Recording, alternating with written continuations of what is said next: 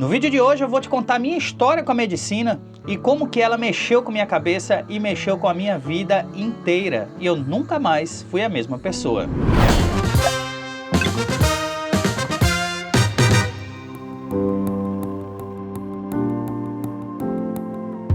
Esse vídeo é um vídeo especial porque eu vou te falar muita coisa aqui que você jamais imaginou sobre a medicina, tá? Inclusive eu dividi esse vídeo em vários capítulos para que fique mais fácil de você acompanhar. E assim, não perde, tá? Vai até o final que eu te garanto que você vai ouvir coisas aqui que você nem passava na tua cabeça que poderia acontecer com um médico.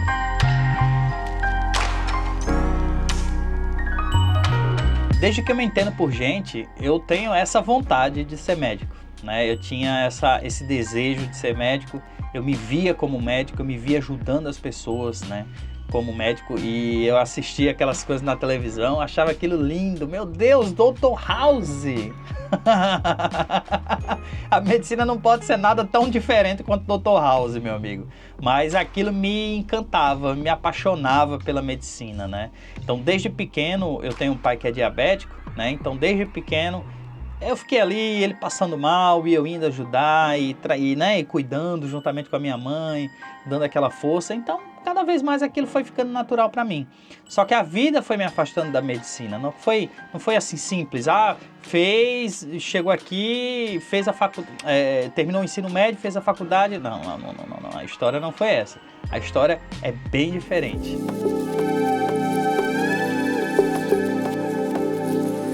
Quando eu fui fazer medicina, eu já tinha 26 para 27 anos. Então, eu já era estabelecido no mercado, eu já ganhava muito bem, eu ganhava em torno de 8 a 12 mil reais, porque meu salário era variável, Então, eu já tinha uma vida estabelecida pré-medicina. Eu não, como eu disse, eu não saí do ensino médio e fui direto para a faculdade, Eu trabalhei durante muito tempo. Eu trabalho desde novo, eu trabalho desde os 17 anos de idade que eu trabalho. Então, eu já tinha uma realidade onde eu tinha financeiramente um sustento, eu era uma pessoa independente, uma pessoa livre, E além disso, eu tinha recém-casado com a minha esposa. Nessa época eu morava em Recife, trabalhava numa empresa de Recife e assim, poxa, tava tudo bem, não tinha nenhum tipo de motivo para mudar, mas aquela coisa da medicina ficou na minha cabeça, e aí no segundo ano que eu estava lá em Recife, eu comecei efetivamente a me preparar para fazer medicina.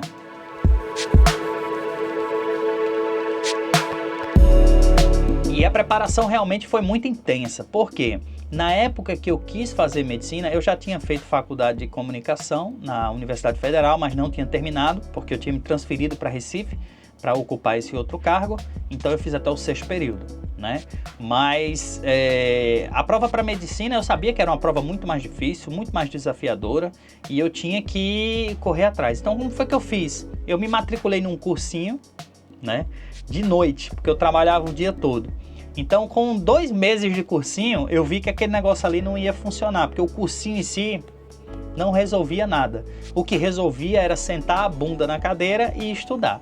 E foi exatamente isso que eu fiz. Eu comecei a sentar a bunda na cadeira todos os dias e estudar para fazer a prova de medicina. E aí eu me deparei com vários problemas. Por exemplo, eu me deparei com um problema de física e de química, que na verdade meu problema era lá na base, era na base de matemática.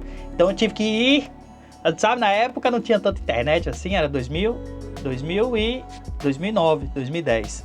Então não era do jeito que é hoje, Eu tive que ir lá e comprar livros de 5ª série, 6ª série, 7ª série, 8ª série, e eu simplesmente fui fazendo aqueles livros do começo ao fim para aprender toda aquela base para poder evoluir. E assim eu fazia.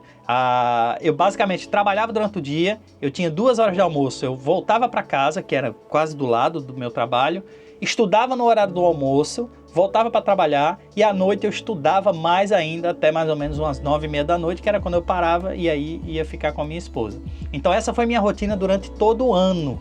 Chegava o final de semana, eu estudava o sábado inteiro e só saía no sábado de noite. Por quê? Porque no domingo também, depois das 2 horas da tarde, eu estudava.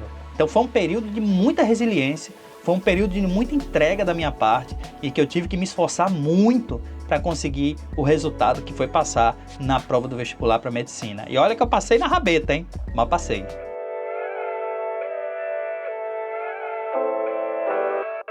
Durante a faculdade, eu já era casado, né? Eu tive que abdicar de tudo que a gente tinha financeiramente. Juntei uma graninha, mas foi pouca coisa. Tive muita ajuda da minha mãe, tive muita ajuda da minha tia, que, assim, basicamente bancaram lá durante o tempo todo, né?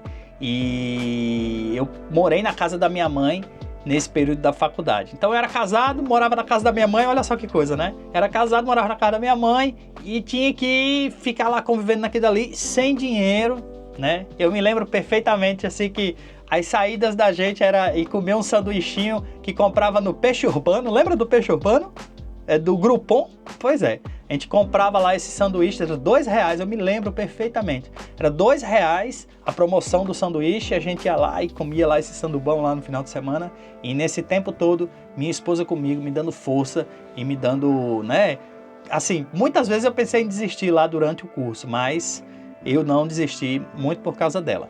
Além disso, em 2012, que foi no meu segundo ano de curso, nasceu minha primeira filha, né, que é Nicole, e em 2014 nasceu o segundo filho, que é Nicolas. Então, meu amigo, era morando na casa da minha mãe, sem dinheiro, com 2 filhos. Jesus amado! Aí você vai entender lá na frente o problema que isso me deu.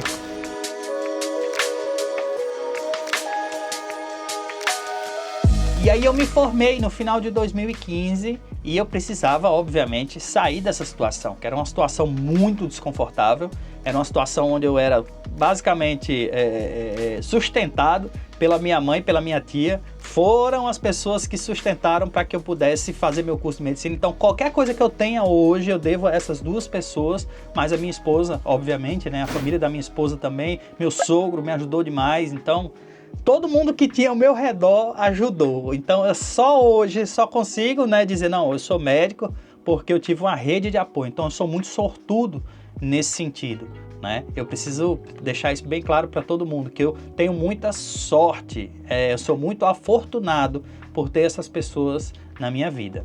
Mas o fato é que eu precisava ganhar dinheiro, né? Precisava ganhar dinheiro. E eu fui atrás de ganhar esse dinheiro como médico. E o que eu fiz nesse meu início de carreira? Eu simplesmente tinha plantão atrás de plantão. E esse é um erro que muitos médicos cometem, recém-formados, foi o erro que eu cometi. Então eu tinha plantão atrás de plantão. Eu me lembro muito bem que o único dia que eu dormia em casa era na quinta-feira. Eu chegava de um plantão no começo da noite, dormia em casa e na sexta-feira de manhã eu já saía para outro plantão. Se você fizer as contas, é isso mesmo. Vai dar mais de 120 horas por semana trabalhando direto. Ah, mas você não dormia nada. Óbvio que no plantão, dá lá de madrugada, a quantidade de gente diminui, você consegue tirar um cochilo de 40 minutos, um cochilo de meia hora, mas não é nada reparador. É muito diferente de você dormir de verdade, tá? Então, essa foi a minha carga horária durante mais ou menos 6 meses. Era muito trabalho, muito trabalho, muito trabalho. E eu precisava trabalhar porque eu tinha minha família que dependia disso. Então eu trabalhei muito. Não era justo com a minha família, sabe? Minha filha, meu filho, minha esposa, que eu não trouxesse resultado daquele esforço inteiro que a gente teve como família para que eu pudesse me formar. Então eu me sentia na obrigação de trazer resultado financeiro para casa. E assim, eu trabalhava com plantões interior, sabe? Porta aberta. Então eu sofri muita violência, muita violência. Eu já colocaram arma na minha cara, sabe? Já colocaram faca na minha cara. Já me fizeram diversas ameaças, de mesmo ameaça física, que se eu não resolvesse determinada coisa, se não atendesse, o cara ia me matar, tá entendendo?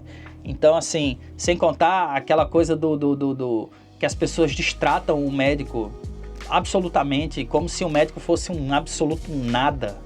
Eu entendo que as pessoas chegam frustradas, chegam doentes no local de atendimento, mas elas tratam o médico de uma forma absolutamente como se não fosse gente. E quando eu falo médico, falo enfermeira, eu falo equipe de enfermagem, tá? Todo mundo que trabalha na saúde sabe exatamente do que eu tô falando. Não é uma situação fácil, não é uma coisa corriqueira, é realmente violência contra o profissional que tá ali trabalhando, sabe? É muito difícil.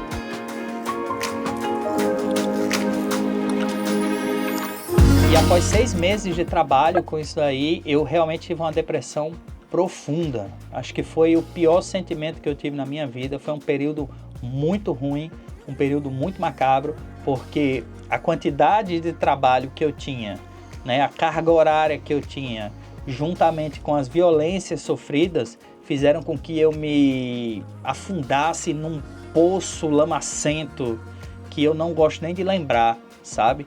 Foi muito difícil para mim, mas eu não podia parar de trabalhar. Simples assim. Eu já tinha feito a minha família passar por muita coisa antes para que eu me formasse. Então eu não podia simplesmente dizer assim, não quero mais fazer isso daqui.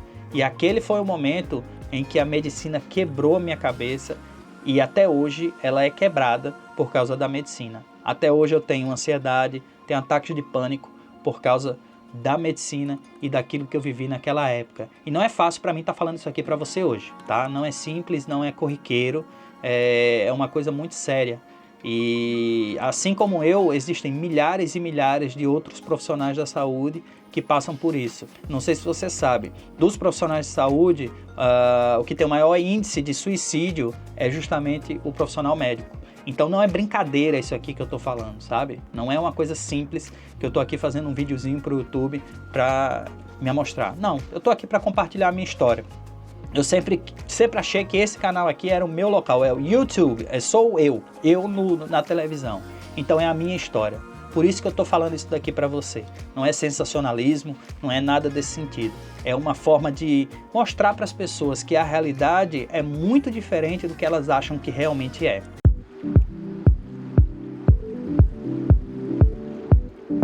Por sorte, na faculdade, eu tive uma colega que tinha um irmão que trabalhava com ultrassom. E aquilo tinha me chamado bastante atenção antes mesmo de me formar. Eu tinha ido lá conversar com ele, bati um papo lá com ele para entender um pouco melhor essa área de ultrassom. E depois de 6 meses, eu decidi que eu ia fazer um curso. E aí eu fiz um curso de ultrassonografia, foi onde eu comecei efetivamente na ultrassom. E o que eu posso dizer para você é que foi o que me salvou dentro da medicina, porque se não fosse a ultrassonografia, eu não estava mais na medicina, assim, de forma 100% de certeza que eu não estaria mais na medicina. Então acaba que a ultrassonografia fez com que eu pudesse ajudar as pessoas, mas de uma forma mais tranquila ali dentro da minha especialidade. E eu sou muito grato ao ultrassom, porque o ultrassom trouxe tudo que eu tenho na minha vida hoje. Esse vídeo eu quero que ele sirva para você aí que de repente está interessado em fazer medicina, ou conhece alguém que vai fazer medicina, ou conhece alguém que está terminando medicina, para alertar que não vão ser flores. A coisa é muito mais difícil do que você imagina. E assim, tem que ter muito cuidado com a cabeça, tá? A minha cabeça foi pro beleléu na época, hoje eu tô bem melhor, mas a medicina... Então se você gostou desse vídeo, já clica no joinha, já compartilha com teu amigo aí que quer ser médico, que é médico, que vai ser médico, para que ele possa comentar aqui a respeito disso aqui. Inclusive você também, comenta aqui a respeito do que você acha.